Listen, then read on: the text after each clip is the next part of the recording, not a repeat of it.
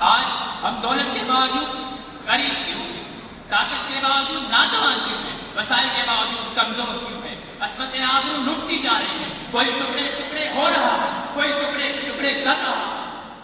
مظلوم انصاف کے دروازوں پر خودکشیاں کرنے پر مجبور ہو گئے۔ یوں محسوس ہوتا ہے جیسے غیرت ایمانی ختم ہوتی جا رہی ہے۔ کسی نے کیا خوب کہا تھا، تذلیل سہے گے ہم کب تک، کیوں جینا یہ آسان نہیں، جو خواب بنا تو آنکھوں کا یہ وہ پاکستان نہیں۔ حاضرین محترم، آج تمام مسلمان غلامی کی زنجیروں میں ایسے چکے ہوئے کہ شاید پہلے کبھی نہیں کوئی ایسا ملک نظر نہیں آتا جو کفر کے آگے ڈٹ سکے۔ ایک ایران کے ڈٹ جانے پر ہر طرف صدائیں آتی ہیں، اب ایران کی بات، اب ایران کی بات، پھر پاکستان کی بات۔ افسوس، صد افسوس، یہ قوم نہیں بلکہ بکھرے لوگوں کا ایک وجود جو غلامی کی زندگی پسند کرنے پر فخر محسوس کرنے لگا ہے۔ اقبال نے کیا خوب کہا تھا، تجھے اپنے آبا سے نسبت ہو نہیں سکتی، تو گفتار ہو کے بنا مسافر ہو سیا۔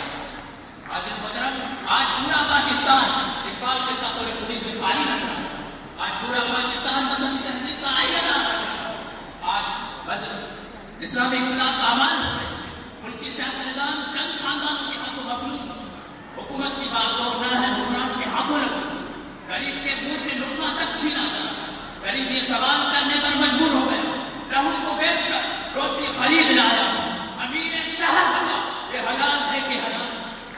حاضر محترم، آج پاکستان کے روشن مستقبل کے لیے، آج پاکستان کے روشن مستقبل کے لیے جوانوں کو غلامی کی زنجیروں کو توڑنا ہوگا، اپنی خرد کو آزاد کرنا ہوگا، ایسے معاشرے کی تشکیل کے لیے جہاں پر امن کا بوجھ بالا ہو، جہاں پر عدل کا بوجھ بالا ہو، اور جفا کے بتوں کو پاش کرنا ہوگا، اور اس اقبال کے پیغام کو عام کرنا ہوگا۔ پرندوں کی دنیا کا درویش ہے کہ شاہین